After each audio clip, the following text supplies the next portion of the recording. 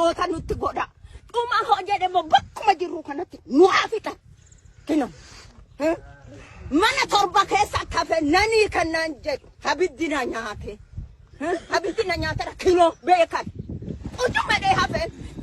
ana waati yoni kamenna birifu masarafu esaifu barabaratu itti qabsiisanii esan barabaratan gidalante ajjese na ajjese maalo haadha teenya de kanarra na fuuqqoch kino beekan kino gaashanis jira mikonis jira soboota kino jira hundumtu horii sanin baasade odonto kabbadaniiru gibbi torba keessatti mana torba keessatti anumata wannan baase duusnan duuti lama jira ergan beela du'e gosta kiyaawu du'e biyya wajjin jira dhadheen malee bakka ormi dhaqu hinuma dhaqu